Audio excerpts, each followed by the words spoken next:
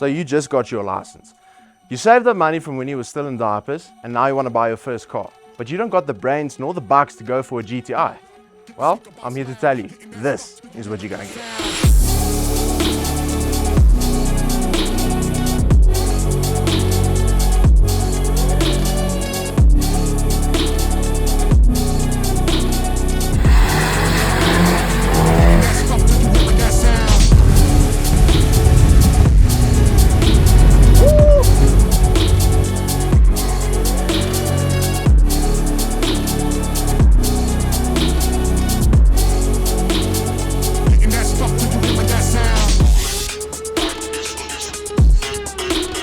How's it guys? I'm Byron, No Roadblock social media manager, DOP, editor, producer, and the one and only Beamer boy.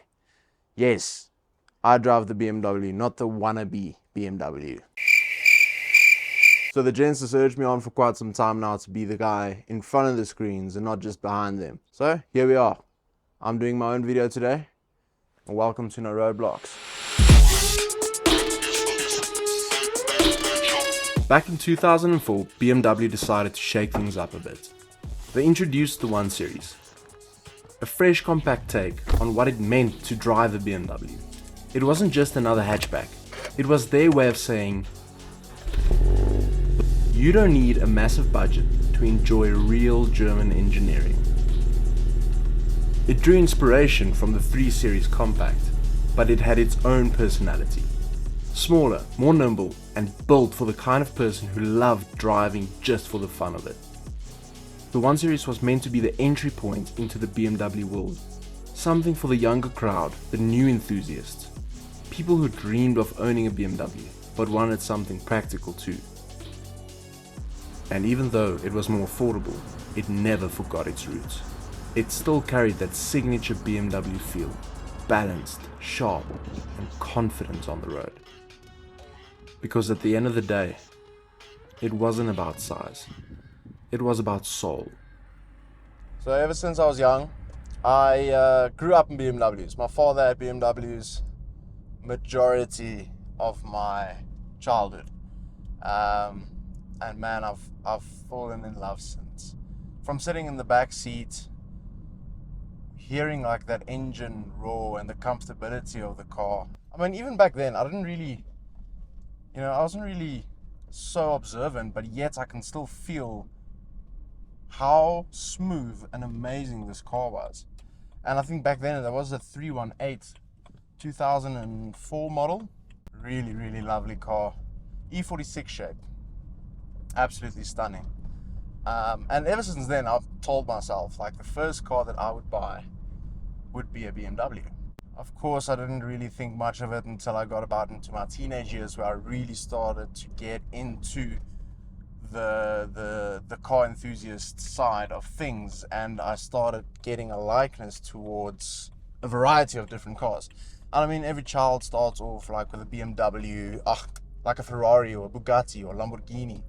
I've always just loved BMW. And then I started seeing these 1 Series cars on the roads, these tiny little BMW hatchbacks. And I'm like, that's what I want. So to keep that in mind, the car that I'm driving now isn't the car that I really wanted, but it was the same model. It was still a 1 Series. I wanted a 1 Series. I wanted to go for the 125i, but I mean, that thing's a petrol guzzler. But I found this car at a dealership the one day coming back from work. I was looking at cars. I used to drive a bike, and I had an operation, couldn't drive the bike anymore, I had to sell it, get a car. And I stopped at this one dealership and I saw this exact car. Now, it's a little bit cringe or cliche to say, you don't choose the car chooses you. I think they got that one quote in Transformers where they said that or something. A driver don't pick the car. The car pick the driver. It's the same situation though. Like this car was calling my name. The condition of the car was immaculate, and the interior, like, spotless. I opened up the bonnet, there wasn't a scratch, it was clean. The car started up, it had this beautiful cold start resonance that came out of it. I'm like, this is now something that I'd want. I look, it's not a car that, outperforms your everyday vehicle in nowadays. But I mean, back then, this is 2011 model. Back then, it gave out 200 newton meters of torque, 115 kilowatts. Okay, minus 10 or like 15 today. Because I mean, it's about like 13 years ago. I mean, still, at that time, for a hatchback, to have that amount of power, and this is a naturally aspirated 4-cylinder, 6-speed, which makes highway driving like, immaculate. But I mean, that time, that was amazing for what you get. BMW didn't design this car necessarily to do the Nürburgring in the fastest lap time, but they designed this car in a way that the youngsters and the young car enthusiasts can enjoy what BMW engineering has to offer. Now, with all this said, don't get me wrong, she does have a few problems, I'm not gonna lie. You get your shakiness, a lot of it. There is sounds coming from the car, from the interior, the dash creaking. But I mean, it's a 13-year-old car. What else do you expect? You know, it's going to do that. Of course, there was a bunch of stuff, because it's BMW, I had to replace. I had to do the radiator, coolant tank, air con compressor, the steering pump, footwell module. The footwell module, like the stupidest thing. BMW has this weird connector on the battery, on the negative terminal, that regulates battery consumption. Of course it does. I mean, that's BMW for you in 2011.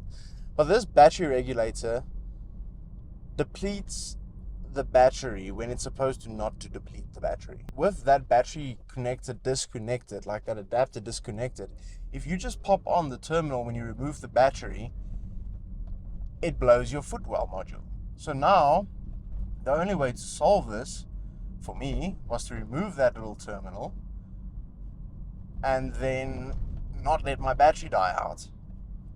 But what did I do? I connected the terminal, switched on my car, and then BMW warning lights coming all around, and your window's not working, and your light's not working, etc., etc. So don't do that. Do not do that. Take my advice on this. I'll show you, or I'll tell you. When you want to disconnect your battery and connect it back on, please put your foot on the brake, switch on your lights, keep 2 fingers on the windows, and then connect the battery terminal, so that your power can, so that the power can distribute evenly throughout the car when you connect that power source. Otherwise, you're going to be like me and pay thousands of rands to replace that module. Not a fun exercise. Really not a fun exercise. But I mean, looking at this car, owning this car, driving it, it's been an absolute joy. I mean, it has its issues. The car's always on reserve because this thing guzzles fuel. I get about 8.7 liters per 100 kilometers if I'm lucky, which isn't bad. It's really not bad. But I mean, in today's cars, for a 2-liter 4-cylinder, you roughly get around 5 to 6 liters per 100 kilometers if you drive like a grandma, of course. But I mean, compared to this, I do not put my foot down to the metal anymore because of the fuel consumption and the fuel prices so high in South Africa. And I get about 8.7, 8.5 on the highway. I mean, 0.2 liters per 100 kilometers, not a big difference. But yet, it's worth it. It is worth it. DTC, right? BMW's dynamic traction control. Press the button once, then you get heightened traction control, if you will. So basically what this means is, in certain weather conditions where it's, for instance, maybe snowy or it's extremely wet, etc., etc., you get your dynamic traction control, which then allows the vehicle to gain more traction in split seconds. So I'm guessing you guys maybe know how traction control works, but to have that in a car, standard model as this, is insane. And then if you want to have a little bit of fun, you hold that button in, BMW gets its signature yellow logo on the dash with the bleep sound, and then you got some fun. And on the other hand, I mean, when you want to look at buying a second-hand car and your first car, I mean, there's always a bunch of options. I mean, Toyota, Yaris, Suzuki Swift. You can go for a Hyundai. There's a lot of options. But you got to look at it like this. If you do not have the biggest bank, but you want to have a lot for what you're paying, get this. Why not? I mean, you're driving a BMW. Number one, you can say you own a BMW and not just a Mini Cooper or something, you know. And secondly, you get everything with it. I mean, I've got electronic windows all around, traction control. It's a rear-wheel driven car. Stiff steering. This car performance, not as great. We're lacking in that department a little bit. But I mean, it's enough to have fun. I can't reach 230 kilometers an hour as they claim this car can go, but I'm very close to 200, you know. But you're also not going to buy this car to go 200 kilometers an hour. You're going to buy this car to teach yourself how to drive. What does it feel like when I put the traction control off and my wheels are spinning all around? You know, to get close to the road. This is why I want to buy this car. And I mean, leather seats in the inside. You've got air cons, all you need. A Bluetooth, well, not Bluetooth, aux input for your music. There you go. You know, why not? I must say, there are a few drawbacks though, I'm not gonna lie. Certain parts, of course, are not the cheapest. It's BMW. And then secondly, when you look at how they designed this car, they didn't really design it for South African weather. Now, I'm speaking out of experience. They have designed this car for the UK colder weather. So there are certain parts in this car that perish with time much quicker, like the radiator pipe. Major issue. Sorted it luckily, but you can't just replace the pipe, the outlet pipe. You need to replace the whole radiator. It's a few thousand right there.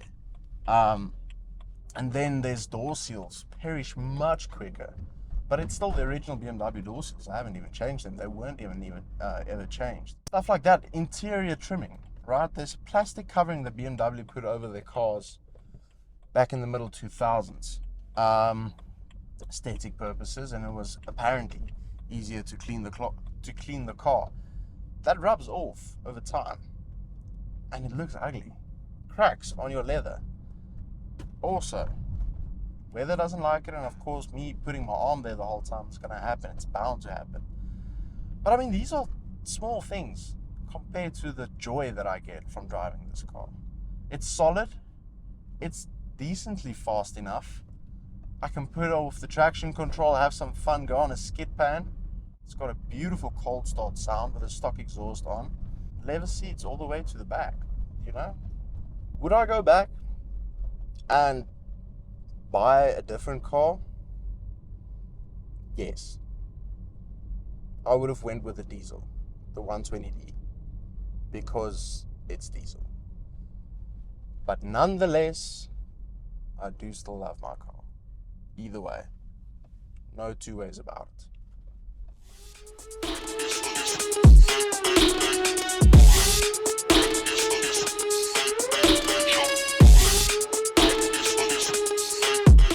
So sitting in the driver's seat, this is where the magic happens. Leather everywhere. Okay, we've got leather on our handrest, armrest, leather on our handbrake, steering wheel. The seats are leather. On your inner door trim, we've got leather. There is leather everywhere, and I love that.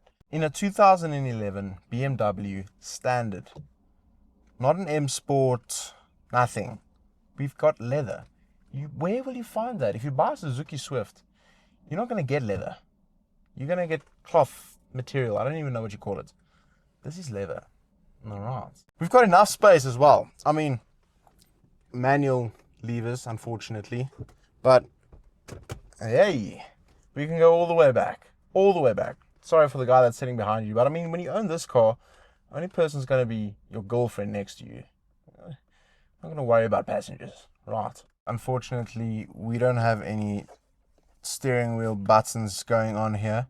But once again, it's sleek, it's basic, it's simple. Beautiful BMW logo.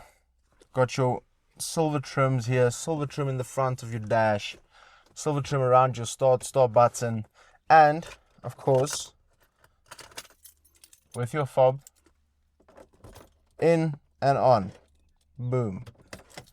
Electronically also releases your steering wheel when it's locked. Basic buttons, you got your menu here for your dash on a little screen. Aircon set up very simply. You've got hot, you've got cold, defrost. That's that. Your radio doesn't come with Bluetooth, unfortunately. Does have an aux input here, right down there. And I just got myself a Bluetooth dongle. Easy peasy. Switch it to aux. You can put in a CD, listen to the radio. Simple, right? Very simple. Let's go to the back. Okay. Yeah. No. Look. Oh. Yeah. Okay. This is a tricky one. Okay, look. I'm 6'2". I'll be honest. 6'2", and this is not the most comfortable rear seating, to be quite honest. I mean, I've got 2 centimeters of headspace. I'm gonna close the door, but I don't know. I'm not. Yeah, no, no. Okay, so we can do that, but my knee is like jammed in here at the moment, so I don't know. And this is me with my seating position. Okay, so if you're a bit short, I mean, let's say like 5'8", 5'9", you'll be fine, right? Your passengers will have a semi-decent amount of space at the back. But once again, it's not likely that you will have passengers. But if you are one of those people that all, you know, you're always the designated driver and you have to lift everyone, yeah, I'm sorry. But there's something to make up for that. I'll show you in the back. I can't get out, so it's... Oh, got it. Just look at this ass. I mean, she's got a beautiful looking back, right? The beautiful logo on the back, 120i. It's plain, it's simple. Look at that. I mean, that's cool, huh? You don't need to grab in. Your BMW logo is your handle to open your boot. Huh? How about that? The surprise. So your passengers in the rear might not be comfortable or have space, but at least they got sound, you know, a little bit of thump. Okay, now what you're wondering as well is boot space. Is there a lot of it?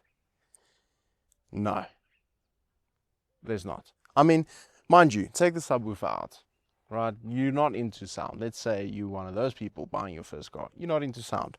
Remove the subwoofer, you've got a decent amount of space, okay? I'm not exactly sure how much liters this boot is, but I will pop it on the screen like here. But I do know that you can put down the seats. Fold down both of the flat seats. I've fitted like 60-inch TVs in this thing and cupboards and stuff. I mean, you can really use the space in this boot. It's not bad. Will I fit in there? No chance. But will 𝐵𝐺 fit in there? 100%. The only problem is, if I try to kidnap 𝐵𝐺, he's going to escape. Because you've got one of these boot latches from the inside, which is quite convenient. Because if you, let's say, like the instance where your battery runs flat and your key fob's not working anymore, just, there you go. And your key fob's not working anymore, you can at least open the boot from the inside. So open the car from the front, stretch in your hand, open the rear door with the rear handle, then fold down the seats. I must say BMW didn't really think about the safety and security with this car, because they make it so difficult for you to access your boot and your battery, because your battery is in the back. Weight distribution, German engineering. But can open from the inside. Very helpful. Who would have thought of that? I haven't really seen that in older cars as much, like what I see with the stock standard bottom of the range BMW 1 Series. Right. Reason why I hopped in this passenger side is I just wanted to point out something really cool. Let's switch over this light for a second. All right, so when you're driving, you know when your parents used to shout at you because You put on the car's interior light and they can't see nothing. BMW thought of that. Directional light. I mean, you can't really see it now, but they've added directional light. And you've got one for yourself too. I mean, BMW, you don't get this in a Suzuki Swift. You don't get it at all. We've done the review on the Suzuki Swift, the new one, the GLX, 2022, I think. It doesn't have this, but you get it in a BMW for almost less than half the price. Actually, half the price. Now, if you look at the comfortability of the passenger side, I mean, it's really not bad. This is how my passengers normally sit. But if you've got one of those like 6'7", 6'8" freaks of friends that just can't fit into any car, BMW's got you. Why? You just drop it down all the way and to the back.